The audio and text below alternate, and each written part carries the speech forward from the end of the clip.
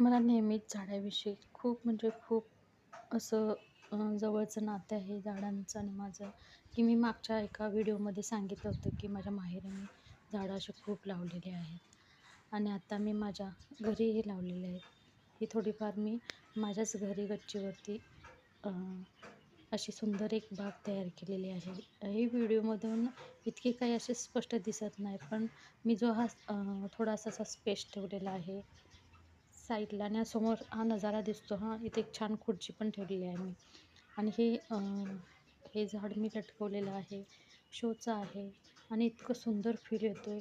इथंच शेजारी माझी एक आराम खुर्ची ठेवलेली आहे. त्या आराम खुर्चीमध्ये बसून हा माझा छोट्यासा बागेचा जो आनंद आहे ना, घेता येतो तो बापरे!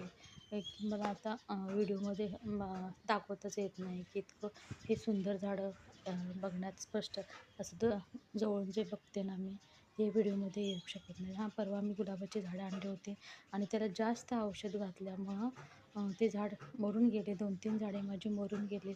माणसाच्या लाईफमध्ये मी असं असतं, एखादी शाई आटली ना, ती पूर्ण करपूनच जाते आणि एखाद्या माणसाच्या मनातलं, हृदयातलं प्रेम जर आटलं ना, ते आयुष्यातून कायमचं निघून जातं. त्याच्यामुळं निघून जाण्याआधी माणसानं ओळखायला शिका, अन्यथा ती परत कधीच येत नाहीत.